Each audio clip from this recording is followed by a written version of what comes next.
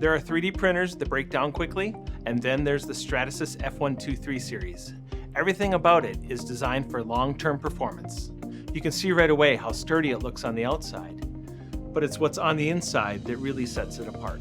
The steel frame is much heavier and much thicker than you would see on a normal desktop printer, and that offers you rigidity, stiffness that is in par with an industrial system. The X-Rail is built with a steel I-beam that prevents the extrusion heads from sagging or twisting compared to desktop printers. Some desktop 3D printers use round rods, but the F123 series has linear profiled rails with ball bearings.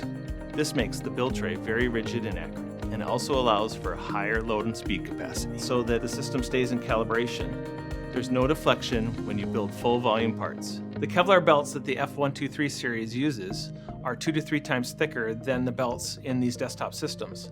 Not only that, the Kevlar is a reinforcement material that's stronger than a lot of the reinforcement materials used in the other systems belts.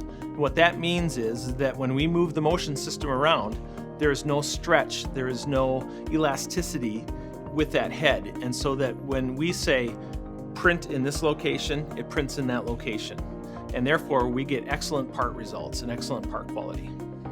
And check out the insulation. Cheaper systems use simple foam that breaks down over time. Stratasys produces the F123 with high quality, high temperature insulation for consistent oven heating reliability over the long term. Simply put, top quality construction along with over 250,000 hours of testing ensures that this printer provides the longevity you need and the results you expect.